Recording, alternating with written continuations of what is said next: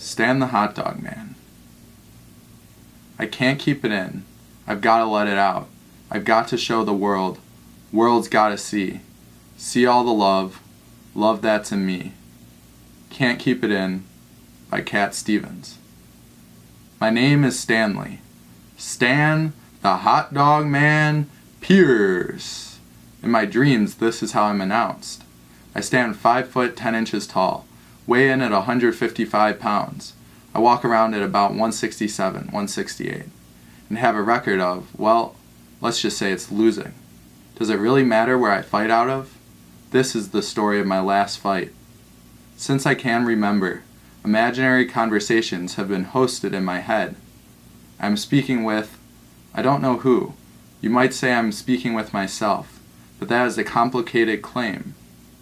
My internal dialogues sometimes seem to be bounced off some sort of abstract, dense magnetic core. Other times, figures that populate my mind, hosts of talk shows, that type of thing, conduct the interrogation.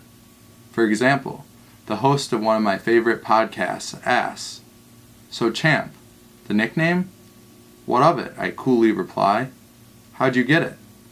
When I was younger, sitting in the sitter's lap, she used to read me this picture book about a guy who ran a hot dog truck, and we had the same name. The hot dog man became my hero. He weathered a storm and saved a family from starvation. I envisioned the host nodding in interest. "Tell me more about yourself," the host asks. "I'm a male nurse, a nurse who is male." I imagined the barrage of comments such a statement might elicit. Like at the hospital. I never get why you have to say male nurse. I'm just a nurse. My dad was a doctor, and I was supposed to follow in his footsteps. But I couldn't, so I decided to become a nurse instead. Most of all, I value being selfless. I like helping others, which makes my job easy. You get the idea. I can spend hours going on like that. Anyhow, I'm a pretty average-sized guy. I'm of average height and average weight. I feel like I'm normal in most other ways too. I like dogs and country music festivals during the summer. I have friends, and I like going to bars and getting drunk. There is one thing about me, though. When I go to bars and get drunk, I like to get into fights. I love to fight. I don't really care about winning. It's about being consumed in the fight itself. You won't be shocked to know Fight Club is my favorite movie. I love fighting more than anything, even more than sex. Fighting, I am free. Nothing. Nothing to worry about, or to think about at all, really. I've had plenty of sex. I thought it was great, but well, that's another topic altogether. People say that I'm good looking. I have long blonde hair, but I wear it in a bun, which girls think is cute. Since high school, I've always stayed in shape. I've messed around with yoga and CrossFit, but neither stuck. That's not entirely true. I was getting really into CrossFit, and then about 6 months ago I got a DUI. I was on probation for 5 months and broke my arm in the crash. Luckily, no one was in my way. They gave me something for the pain that stuck where CrossFit couldn't. Last night was the first time I'd been inside a bar for a good long time. My best friend, the same one who picked me up from the hospital, accompanied me. I also texted, but there it is again, the topic I must avoid. I must avoid her altogether, entirely out of necessity. From her Snapchat story, it seemed she already had plans, so it wouldn't have mattered anyhow. I wasn't planning on drinking just anything. I wanted a fine, nice, cool drink, something to savor and roll around my mouth. My first drink was horrible. I drank a weak rum and coke in a plastic cup, still wet from the dishwasher. The large basement bar was dark, loud and packed. Moving only with the beat, the air was damp, heavy, and smelled like rotting vomit. I remembered something I heard this clown say on the internet. Something another clown named Jung said about there being no difference between you and your experience. Was I then rotting vomit? Halfway through my first drink, this guy came over carrying a bucket of ice and asked to get around me. I swear there must have been a body stashed in the corner. It smelled that bad. Anyways, this guy's name turned out to be Sam. Sam was the scariest person I've ever seen. He walked behind the bar, dumped out the ice, and took off the quarter zip he was wearing. He had his back to me. Underneath his pullover was a yellow staff shirt, that clung to his long, thick back and stretched around his tight arms. He threw down his sweater and spun around. His beard was dark, thick, and voluminous. He had pale white skin and very blue eyes. For a moment he paused, stood there and looked around. Then he shot himself a plastic cup of water from the soda gun. He walked out from under the spotlight that shone onto the bar, stepped down from its platform, looked out again, and ran his hand through his hair. He rested his arms on the bar and hunched over. Resting his chest and chin on the bar, he tilted the cup slowly back. The water slid down his throat. He drank the water, closed his eyes, and seemed to let the water wash over him like a bear, a brown, grizzly bear nuzzling up to an Alaskan stream sometime in May. Bears can sense a hunter's gaze, and he sensed mine. Sam turned to look at me. He turned slowly and looked me over at an equally torturous pace. He looked past me and into the throng of people starting to spill past the dance floor and stage. He saw the crowd pushing closer to his bar and sighed. Standing straight up, Sam finished the rest of his water in one gulp, tossed his cup over his shoulder into a bin, and looked back at me to say, "It's going to be a long night." Then he pushed into the crowd, disappearing. Sam came around a little later with a case of beer in his arms. By this time the bar was steaming hot. A murky puddle had formed on the tile. I stepped in it, and now my left sock was soaked. The bar had a mirror running the length of the back wall. Sam's arms were taut with the weight of the beer. He admired his reflection, and so did I. Sam put down the beer and was talking to the bartender. I asked if I could buy him a shot. He told me he had driven to work, so he couldn't. "How much do you weigh?" I asked. "About 195. "I don't believe you. You gotta be at least 225. "How tall are you?" 6'4"? "About." "What do you do?" "Look at you. Like how much can you bench?" "Nah, man. Mostly I do body weight stuff. A lot of push-ups and pull-ups. And core. Always working on the core." "Bullshit." Sam cracked up. "Nope. Every once in a while we do some kettlebells or a sandbag routine. Other than that, just stretch and I drink a lot of water. You look like you're in pretty good shape, dude.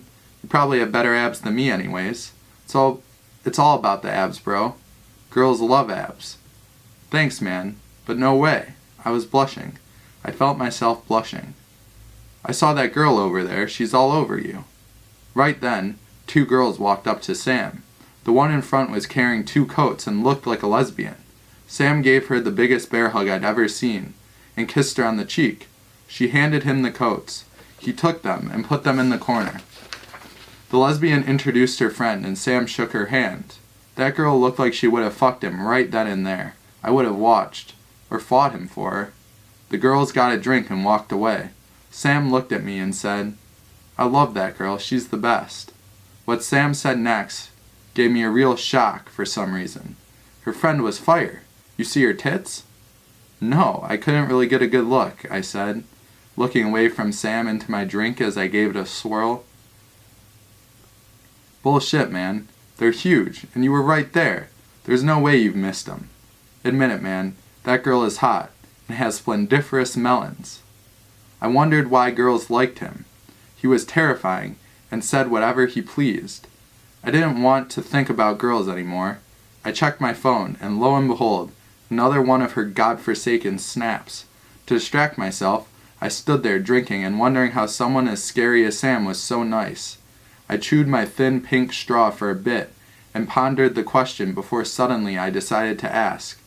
"I don't get it, man. How are you so scary and so nice at the same time?" "They go hand in hand. My brother, one of the guys I trained with, we call him the Big Cat. He says if he doesn't fear you, he has no reason to be mean to you. I think he's right. But you think I'm scary, man. You should come see some of these monsters. This guy, the Big Cat, he's thick, and if he gets near your neck..." Sam looked past me as if recalling the consequences. "Tuck your chin all you want. It's over. He's got this crazy beard and neck tattoos. Listen, man, when that guy starts squeezing, you tap. End of story. Shit. Then there's this girl who'd snap both your arms at once and a guy who'd shred your ACL before you could say inside heel hook. Also, there's another guy. He's pretty much your size, actually.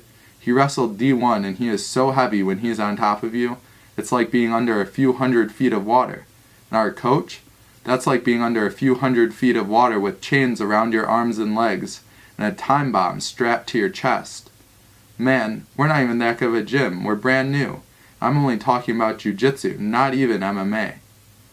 You think I'm scary. Sam was shaking his head. I asked him if he would show me what he would do if I tried to shove him. He said sure. There were 2 high tables between us which served as the employees' only barrier. Sam asked a few people to move so he could push back the tables and pull them apart. He pulled me through the opening. An arm drag, he called the move. It's like wax on, wax off. He had me do a fake shove, and when I went to shove him, he shot both his hands up inside both of mine. With his right hand he brushed aside my left, and with his left he caught my right wrist. Then I take my free hand and pull high inside your armpit and commit my weight. Once you commit, it's easy. You've got to commit and sit your weight back, then boom, I step around and I've got your back. He was on my back all right. I could feel him. From here I can do whatever I want. Most of the time if I'm in the bar, I just get my hips low, get double underhooks, lock around the waist, and try to walk them out. I learned that lesson the hard way, getting low. You don't want to make a seatbelt right away. He demonstrated. First looping one arm over my shoulder, then gripping his wrist with his opposite hand, which he shot under my armpit. He explained, standing you might get launched over the top, which can be bad especially if you're not on mats. But if I need to finish the guy, I can collapse him to the choking side like this. You feel that? I did indeed. His leg was hooked around mine, and I could feel a pressure my knee could not resist. The only thing holding us up was his control. The sensation of weightlessness thrilled me, he said.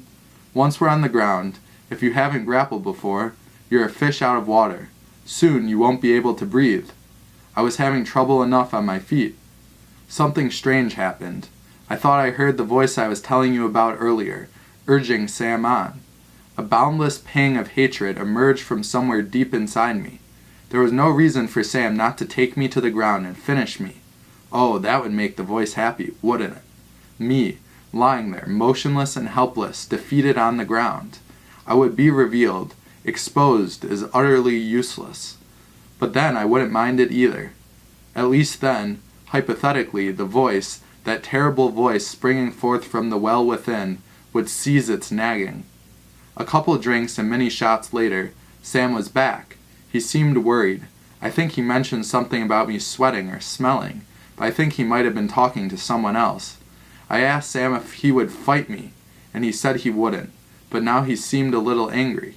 The bar had gotten quiet, and my friend told me it was time to leave. I told him it was cool and that Sam was my friend. He's asking us to leave, man, my friend told me. I asked Sam if I could hit him, just once. He said no, and I felt so bad. Sam was getting upset with me. We've got to leave, it's okay. My friend insisted we leave.